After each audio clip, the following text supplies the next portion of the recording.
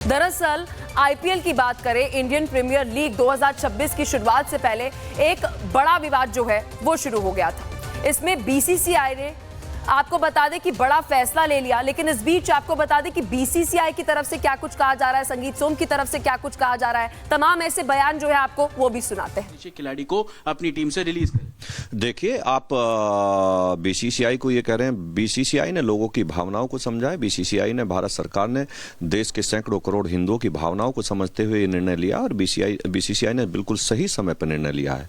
जो निर्णय गलत शाहरुख खान के और उनकी कंपनी के द्वारा लिया गया था, उनकी टीम के लिए द्वारा लिया गया था, उस निर्णय को ठीक करने का काम किया। और रहमान जैसे खिलाड़ी को जब तक स्थिति सामान्य ना हो, जब तक वहां हिंदू सुरक्षित ना हो, हिंदुओं के साथ वहां अत्याचार बंद ना हो, बहन बेटियों का सम्मान ना हो, तब तक इस तरीके का किसी को भी ये निर्णय नहीं लेना चाहिए। मैं फिर कहता हूं, बीसीसीआई और भारत सरकार को बहुत बहुत धन्यवाद कि उन्होंने ये निर्णय लिया और ये देश के सैकड़ों करोड़ सनातनियों को, हिंदुओं का जो भावनाओं की कद्र की है, उसके लिए बहुत बहुत धन्यवाद। आपको लगता है ये भारत के लोगों की जीत है, उन लोगों की जीत है जो लगातार इस मुद्दे को उठा रहे थे, लगातार ये बात बोल रहे थे कि आईपीएल में बांग्लादेशी खिलाड़ियों का भी बॉयकॉट होना चाहिए, उन हिंदुओं की जीत है?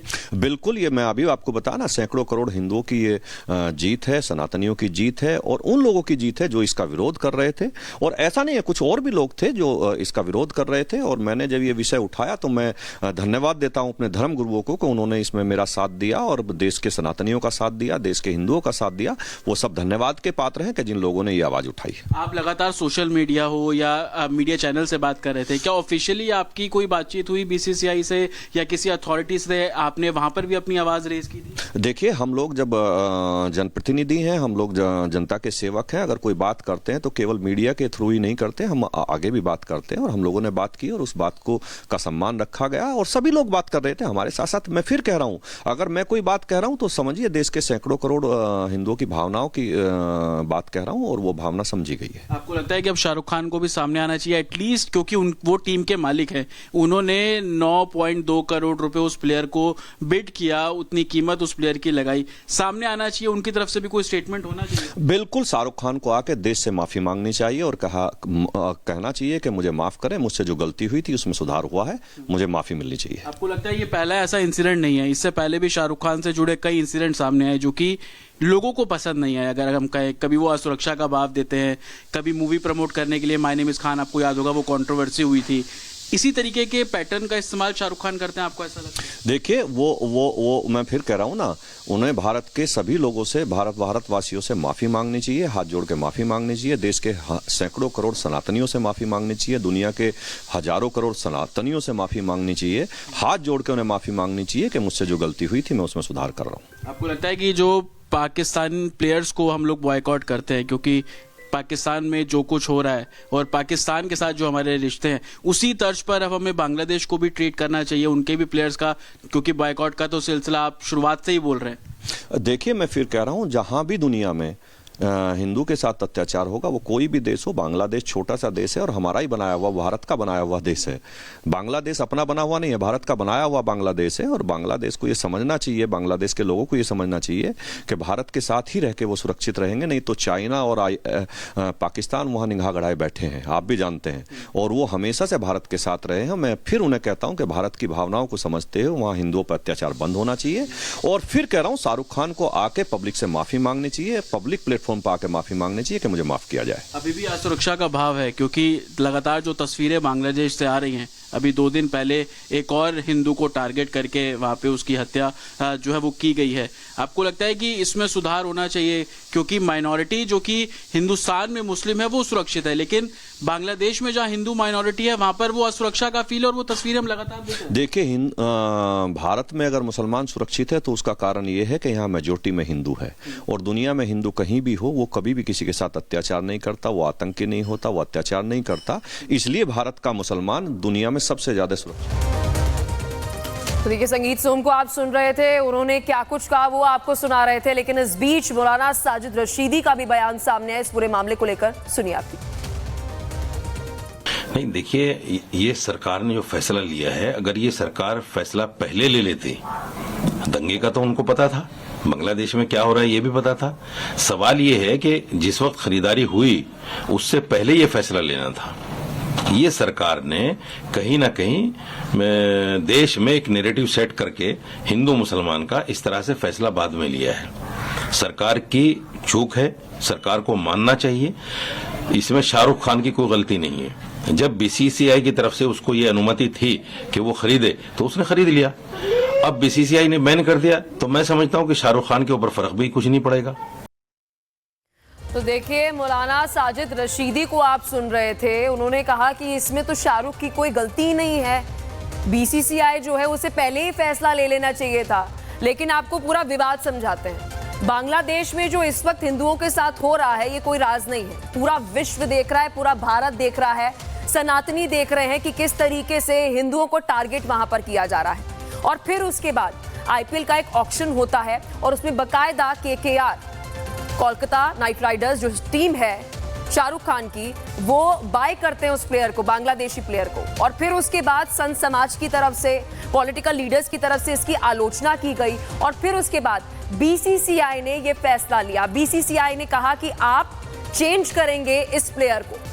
अब कैसे ये पूरा मामला जो है उसको लेकर हटाने की जो मांग है वो आपको बताते हैं। संगीत सोम, देवकीनंदन ठाकुर, अनिरुद्धाचार्य ने बयान दिया था, उनकी तरफ से पहले मांग उठाई गई थी और अब क्या कुछ कहा जा रहा है वो आप सुनिए।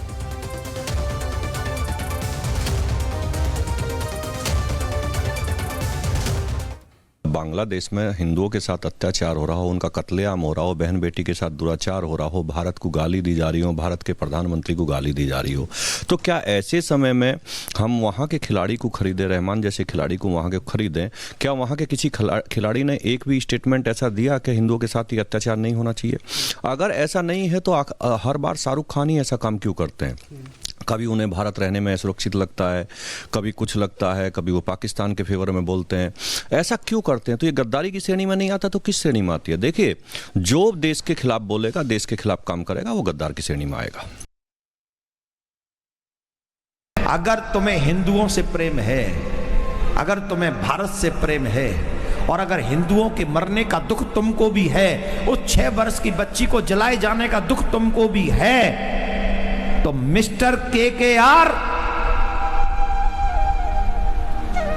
उस खिलाड़ी को, बांग्लादेश के खिलाड़ी को अपनी टीम से निकाल के बाहर करो, तुरंत बाहर करो। अगर वो खिलाड़ी तुम्हारी टीम में रहा तो मजबूर हो जाएंगे हम तुम्हारी टीम का बहिष्कार करने के लिए और उस खिलाड़ी को भारत से बांग्लादेश वापस भेजने के लिए। जो बॉलीवुड के जो लोग हैं ना, जो हिंदुओं के खिलाफ जहर उगलते हैं, ये सब वो लोग हैं जो विदेशी फंडों पे इनका काम चलता है। ये विदेशी पैसे आते हैं, मूवियाँ बनाते हैं, गुटके शराब का प्रचार करते हैं, हिंदुओं के खिलाफ षड्यंत्र की मूवियाँ बनाते हैं। ये हिंदुओं को समझना चाहिए कि ये भारत के शुभचिंतक नहीं है। आपने अपना नेम फेम तो इनको दे दिया है। कहते ना, जिस पत्तल में खाते हैं उसी में छेद करते हैं, ये वो वाले लोग हैं कि ये मुसलमानों के पक्ष में तो बोलेंगे पर हिंदुओं को जिंदा जला दिया जाएगा तो इनके मुंह में चूनी निकलेगी। बीसीसीआई के फैसले का पूरा संत समाज स्वागत कर रहा है। आचार्य विक्रमादित्य और राजू दास ने क्या कुछ कहा है, सनातनियों की तरफ से क्या कुछ कहा जा रहा है और कहा जा रहा है कि सनातनियों की जीत है। आप भी सुनिए बयान। भारत के अंदर जिस प्रकार से एक माहौल बन रहा है, एक जनभावना जिस प्रकार जाग रही है, मानवता की बात जाग रही है कि उन लोगों को हमें साथ नहीं देना चाहिए जो मानवता की हत्या कर रहे हैं, हिंदुओं की हत्या कर रहे हैं। लेकिन शाहरुख खान साहब अभी भी अपने उसी स्वभाव के अनुसार से चल रहे हैं कि नहीं, मैं किसी से डरता नहीं। अरे देश में इस वक्त ऐसा माहौल है, जो हिंदू वास्तविकता पर आवाज उठा रहे हैं, वो देश की आवाज है, मानवता की आवाज है। मुजीबुर रहमान के साथ जिस प्रकार से शाहरुख खान खड़े हुए हैं, ये बहुत दुखद है। लातों की बातों से नहीं मानते। जिन लोगों ने आपको सिर पे बैठाया था वो भारत के ही लोग थे, बांग्लादेश के लोग नहीं थे, जिहादी नहीं थे। भारत के लोगों ने आपको उस जो बुलंदी है उसके शिखर पे पहुंचाया है। लेकिन आज आप उन जिहादियों के साथ जाके खड़े हो गए हैं जो मानवता की हत्या कर रहे हैं। आईपीएल मैच में जिस प्रकार से शाहरुख खान ने बांग्लादेशी खिलाड़ी को लिया था, जिसको लेकर हम लोगों ने कड़ा इतराज जताया था, विरोध जताया था। उसका सिर्फ एक ही कारण है, एक ही रीजन है। खेल में इस प्रकार से भाव और भावना नहीं होना चाहिए, लेकिन दुखद है कि बांग्लादेश में जिस प्रकार से हिंदुओं को मारा जा रहा है, प्रताड़ित किया जा रहा है, ईसाइयों को मारा जा रहा है, अल्पसंख्यकों के साथ दुर्व्यवहार की जा रही है, इसके नाते हम लोगों ने विरोध किया था। मैं आभार व्यक्त करता हूं बीसीसीआई का, जिन्होंने सख्त निर्देश दिया है कि उसको बाहर किया जाए। और इसी बीच इसी खबर से जुड़ी एक और बड़ी अपडेट आपको दे देते हैं। बांग्लादेश में एक और हिंदू की हत्या, व्यापारी खोकोन चंद्र दास की हमले में मौत हो गई है। लगातार आप देखिए कि हिंदुओं को टारगेट किया जा रहा है और इसे टारगेट किलिंग ही कहेंगे, क्योंकि बांग्लादेश में हिंदू सुरक्षित नहीं है। लगातार हम देख रहे हैं कि पहले तो हिंदुओं को मारा जा रहा है और अगर हिंदू घर पर है तो वहां पर घर जला दिया जा रहा है। ये स्थिति इस वक्त पड़ोसी मुल्क बांग्लादेश में बनी हुई है और ये देखिए तस्वीर,